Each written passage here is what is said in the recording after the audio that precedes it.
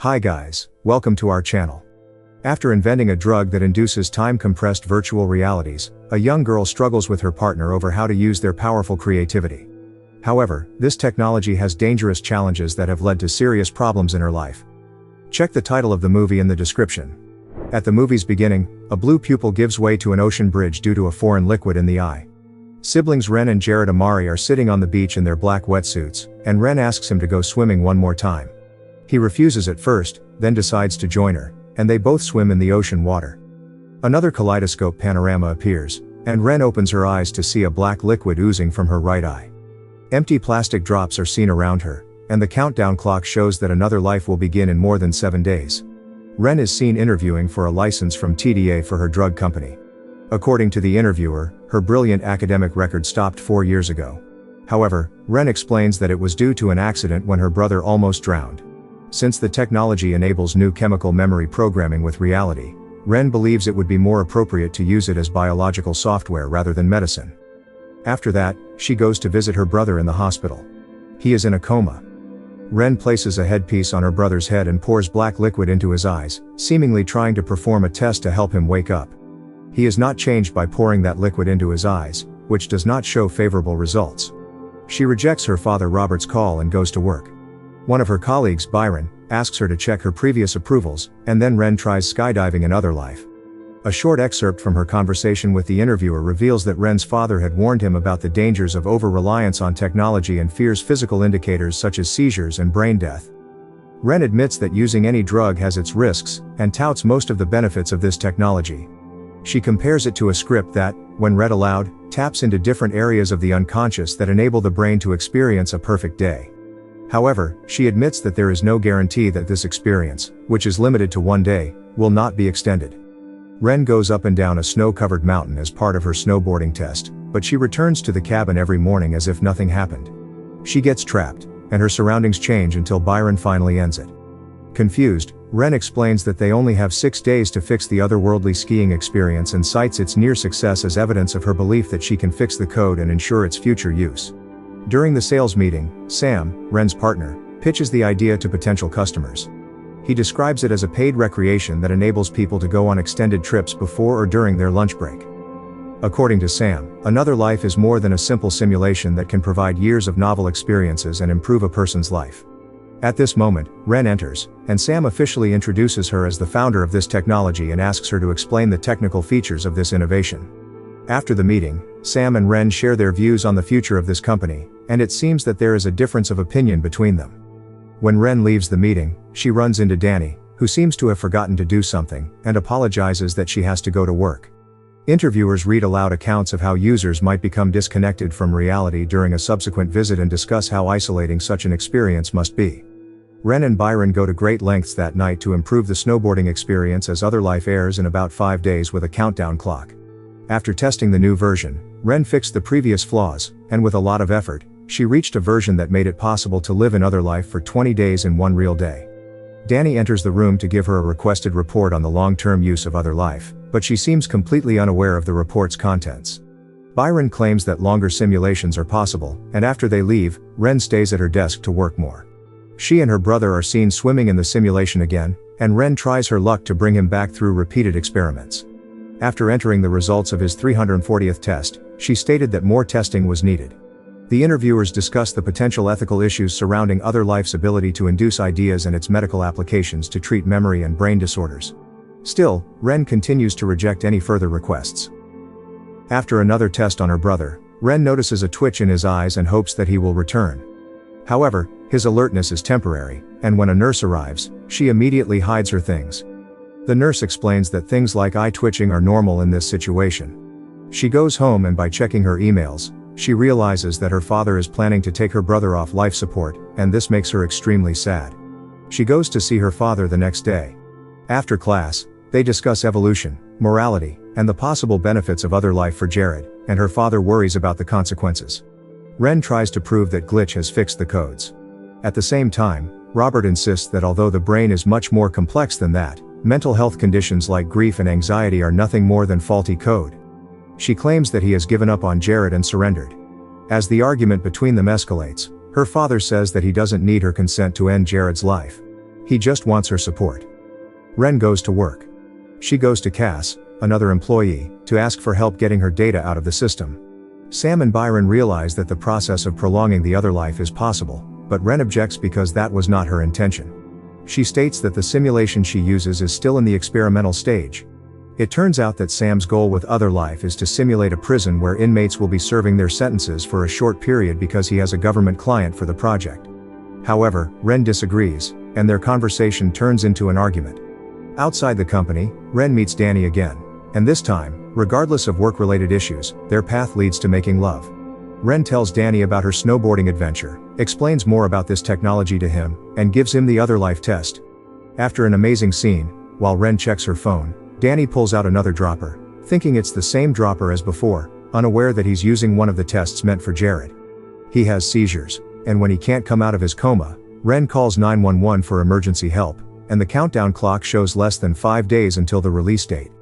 Ren and Sam meet with a lawyer, but the lawyer is dumbfounded by their explanation of OtherLife because the scientific aspects of the innovation are so proprietary.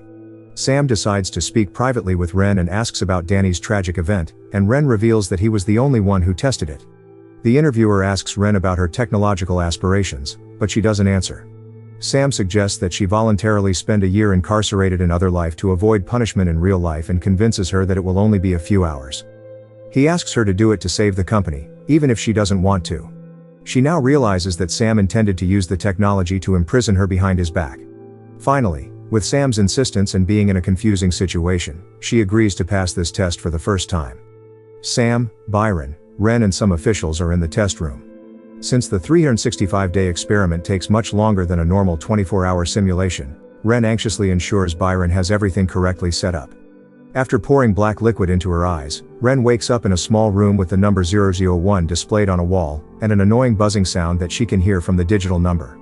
The furniture in the room includes a sleeping pad, toilet, tablet, pen, and a hatch for storing food, water, and personal hygiene items.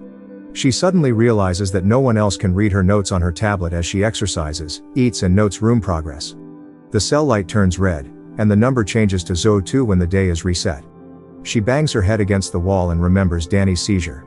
After being homesick, she remembers swimming with her brother on the 6th day, only to find that he is drowned on the beach, and she promises him that she will never forget him.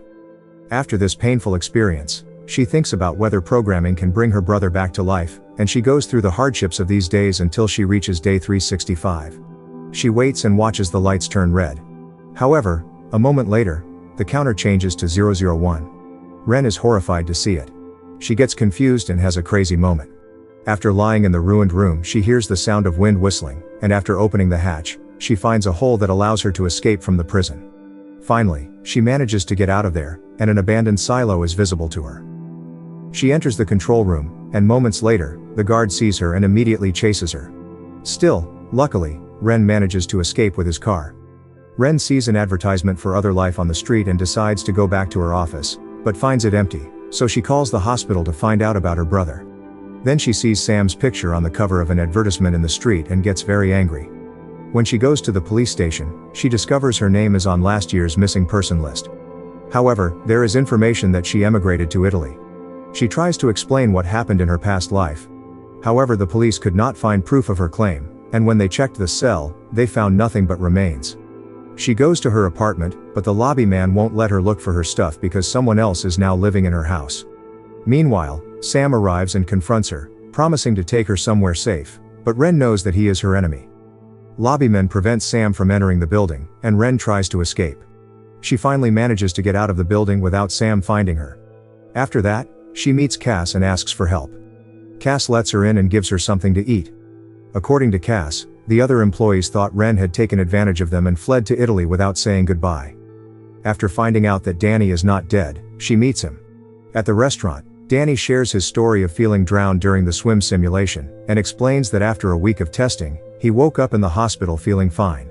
The launch of OtherLife also went smoothly.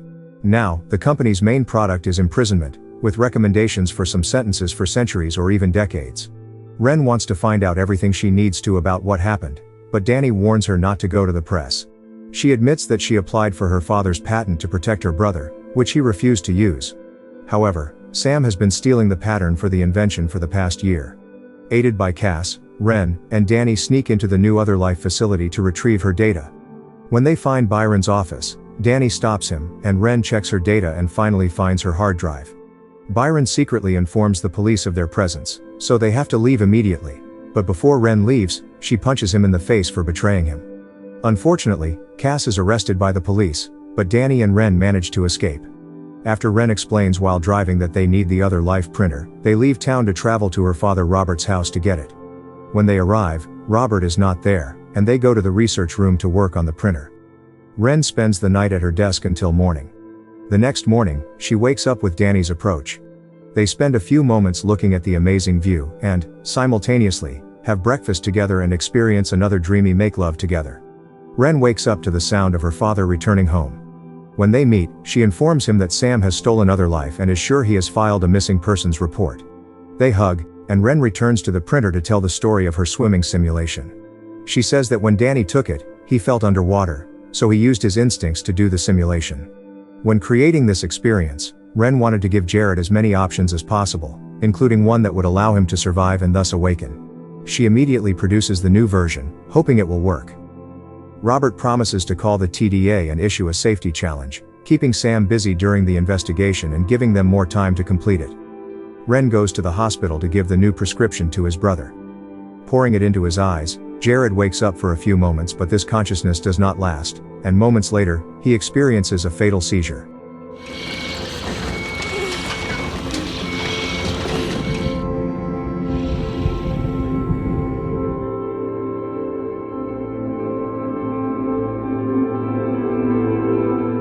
Ren cries in sadness, and since she can't bear to see his suffering, she decides to turn off the device. She spends the whole night with him in the hospital until Sam comes to her. Seeing Jared, he says that he saw brain-dead patients choose, and then Ren begins to see hallucinations of the testing room. She experiences strange hallucinations of herself and Jared drowning, which seem confusing. Suddenly Byron wakes her up and she immediately punches Sam in the face. After relaxing a bit, she thinks about her brother and her conversations with Dany and her father in OtherLife.